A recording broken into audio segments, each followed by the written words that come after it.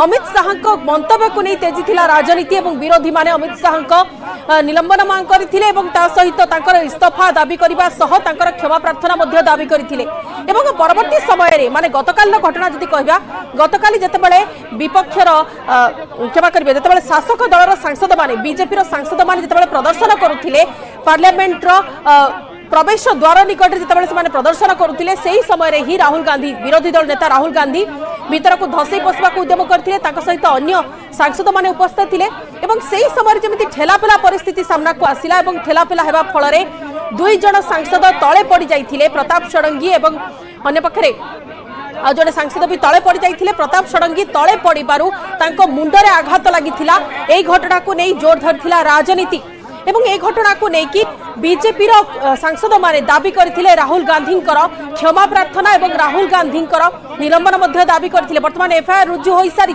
ए घटना को नहीं वर्तमान संसद परिसर रे एनडीए सांसद माने गांधी मूर्ति सम्मुखर प्रतिवाद करिसंती अन्य पक्षरे आपण दृश्य देखुछंती विपक्ष सांसद माने विजय चौकरू संसद को मार्च आरंभ करिसंती एवं से माने हाथ रे धरिसंती आंबेडकर फोटो चित्र। देखिए, लोकतंत्र का अपमान है और हमेशा से कांग्रेस पार्टी ने और उनके नेताओं ने कहीं न कहीं लोकतंत्र को और इस देश के संविधान को तार-तार करने का प्रयास किया है। और कल की घटना तो बहुत दुर्भाग्यपूर्ण है कि कांग्रेस के नेताओं ने किस तरीके से एक महिला सांसद और एक बुजुर्ग सांसद के ऊपर एब्यूज लैंग्वेज यूज की, धक्का मुक्की की, उनको चोटें आई। इससे साफ लगता है कि कहीं न कहीं माननीय गृह मंत्री अमित शाह जी ने इनका जो असली चेहरा देश की जनता के सामने दिखाया है, जो 1947 से लेकर अब तक जिन्होंने दलित के ऊपर, ओबीसी के ऊपर और बाबा साहब को अपमानित करने के लिए जो उदाहरण पेश किए, उससे खफा होकर इन लोगों ने इस प्रकार का एक षड्यंत्र रचा।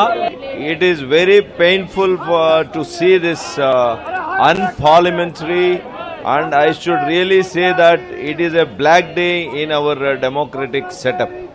What opposition leader who firmly says that he believes in the way of democracy, the way he behaved yesterday is totally unwarranted, unrequired, and it is really condemnable. Rahul ji पे हो गई, किस तरीके से कहेंगे? पूरा देश देख रहा है, राहुल जी पे तमाम इन्होंने केस लगा रखे हैं, कभी नया एफआईआर निकालते हैं, झूठ बोलते हैं, पूरा देश देख रहा है। इससे ये दिखता है कि उनका डेस्परेशन लेवल क्या है। सर एक मिनट, एक बाइट। प्रतिक्रिया आपण शुणुले प्रतिक्रिया सामना को आसूची समस्ते आरोप प्रत्यारोप पर्व बर्तमान आरंभ हो गला। राजनीति ए घटना जोर धरला। संसद परिसर रे एनडीए सांसद माने प्रतिवाद करिसंती। आमे दुईटी दृश्य देखाउछु आपनको। एनडीए सांसद माने गांधी मूर्ति तले प्रतिवाद करुछंती एवं अन्य पक्षरे जो दृश्य आपण देखुछंती विपक्ष सांसद माने इंडिमेंटर सांसद माने से माने विजय चौकरू वर्तमान सेमानकर मार्च आरंभ करिसंती संसद अभिमुखे।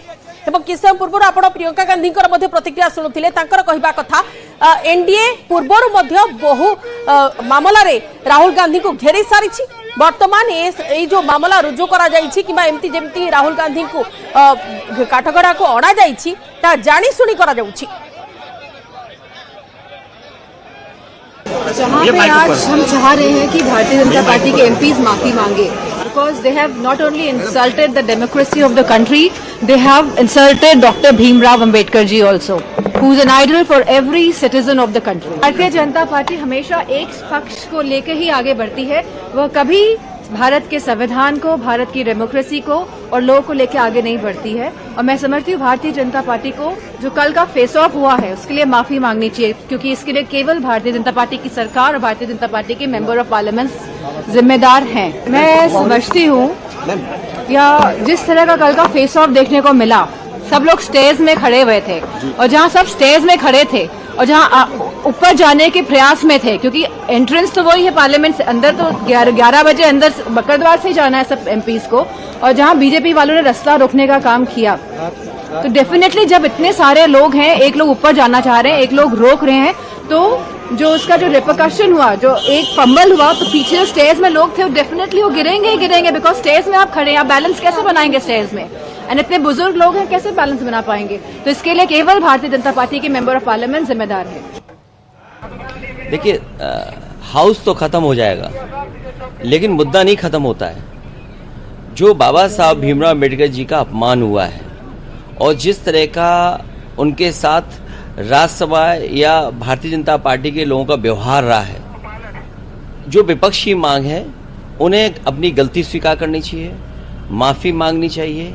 हम कहीं पीछे मुड़ के नहीं देख सकते हैं। देश को जब आगे ले जाना है तो बाबा साहब भीमराव अम्बेडकर जी का दिया हुआ संविधान ही हमें रास्ता दिखाता है, और भारतीय जनता पार्टी संविधान और लोकतंत्र को समय समय पे कमजोर करने का काम करती है।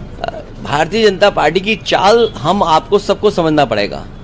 भारतीय जनता पार्टी के लोग सबसे पहले अनकॉन्स्टिट्यूशनल काम करते हैं, अन्याय करते हैं। जब आप उनके पक्ष में खड़े होते हैं जिनके साथ अन्याय हुआ है, तो आप पर झूठे मुकदमे लगाते हैं। ये पहली बार नहीं हो रहा है, ये लगातार देख रहे हैं। ये भारतीय जनता पार्टी की स्ट्रेटजी है कि पहले वो गलत काम करते हैं, जब आप उसका विरोध करते हैं तो प्रशासन से, शासन से आप पर झूठे मुकदमे लगाते हैं। जो हमारे फर्रुखाबाद के सांसद हैं वो सर्टिफिकेट से सांसद बने हैं, उन्हें जनता ने नहीं जिताया है। हम तो उनसे कहेंगे कि अगर उन्हें इलाज के लिए कोई डॉक्टर चाहिए तो हमारे डॉक्टर फर्रुखाबाद के जो हारे हैं उनसे भी इलाज करा सकते हैं। अगर उन्हें ज़रूरत हो तो हम फर्रुखाबाद से जो डॉक्टर हैं नवल किशोर, उन्हें बुला करके इन्हें दिखवा सकते हैं। It was a man-made, created incident.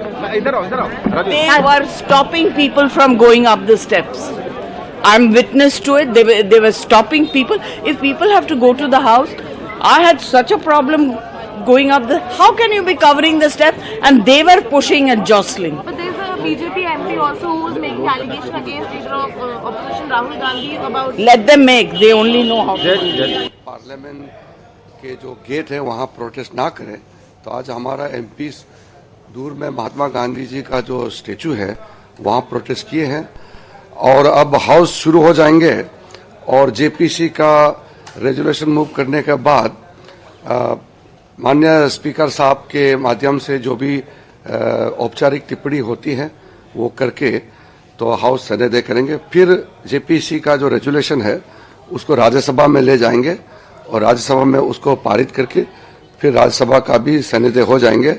फिर उसके बाद में 2:30 बजे प्रेस का साथ में मेरा मुलाकात होगा, जो औपचारिक होता है सेशन के बाद में।